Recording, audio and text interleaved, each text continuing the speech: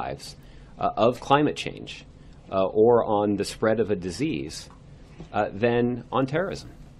So the answer is yes, the president thinks that climate change is a greater threat than terrorism. I think the point that the president is making is that when you're talking about the direct daily impact of these kinds of challenges on the daily lives of Americans, particularly Americans living in this country, that direct impact is more, that more people are directly affected by those things than by terrorism. So climate change is more of a clear and present danger to the United States than terrorism. Well, I think even the Department of Defense has spoken to the significant threat that climate change poses to our national security interests, principally because of the impact that it can have on countries with less well-developed infrastructure than we have. I'm not asking if it's a significant threat. I'm asking if it's a greater threat. Okay.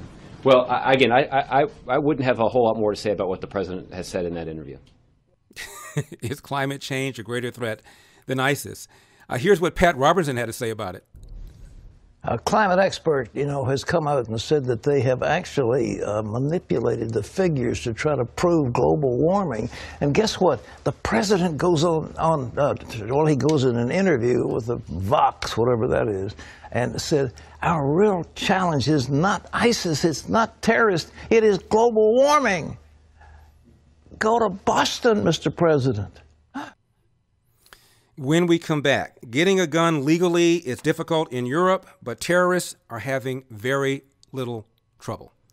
Right back.